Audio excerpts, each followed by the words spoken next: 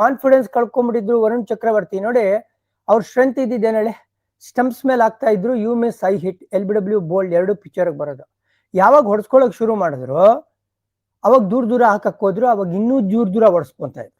ಈಗ ಒಂದ್ ಹಂತಕ್ಕೆ ನೆನ್ನೆ ಪಿಚ್ಚಲ್ಲಿ ಹೆಲ್ಪ್ ಇತ್ತು, no doubt about it. But right areas ಅಲ್ಲೂ ಬೌಲಿಂಗ್ ಮಾಡ್ಬೇಕಲ್ಲ. ವರುಣ್ ಚಕ್ರವರ್ತಿ ಸ್ಲೋಲಿ ಆ ಕಾನ್ಫಿಡೆನ್ಸ್ ವಾಪಸ್ ಬರ್ತಾ ಇದೆ. ವರ್ಲ್ಡ್ ನಂಬರ್ 1 ಬೌಲರ್ ಯಾವ ತರ ಆಗಿದ್ರಲ್ಲ ಆ ದಿನಗಳು ಮತ್ತೊಮ್ಮೆ ಬರ್ಬೇಕು. ಅಂದ್ರೆ ಯಾವುದೇ ಒಬ್ಬ ಬ್ಯಾಟರ್ ಆಗ್ಲಿ ಬೌಲರ್ ಆಗ್ಲಿ ಅವರ ಒಂದು ಕೆರಿಯರ್ ಅಲ್ಲಿ ಏರುಪೇರು ಇದ್ದೇ ಇರುತ್ತೆ. ಓಕೆನಾ?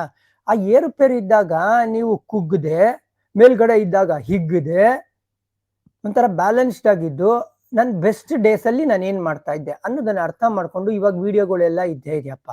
ನೀವು ನಿಮ್ ಬೆಸ್ಟ್ ಸ್ಪೆಲ್ಗಳನ್ನ ನೋಡಿ ಮತ್ತೊಮ್ಮೆ ಅದನ್ನ ಕಟ್ ಕಾಪಿ ಪೇಸ್ಟ್ ಮಾಡಕ್ ನೋಡಿ. ಆ ಕೆಲಸ ಮಾಡ್ತಾ ಇದ್ದಾರೆ ವರುಣ್ ಚಕ್ರವರ್ತಿ ಅಂತ ಅನಿಸ್ತಾ. ಆಮೇಲೆ ಗೇಮ್ ಚೇಂಜ್ ಆಗ್ತಾ ಇದ್ದಂಗೂ ನಿಮ್ ಬೌಲಿಂಗು ಒಂದ್ ಸ್ವಲ್ಪ ಅಪ್ಗ್ರೇಡ್ ಮಾಡ್ಕೋಬೇಕಾಗತ್ತೆ.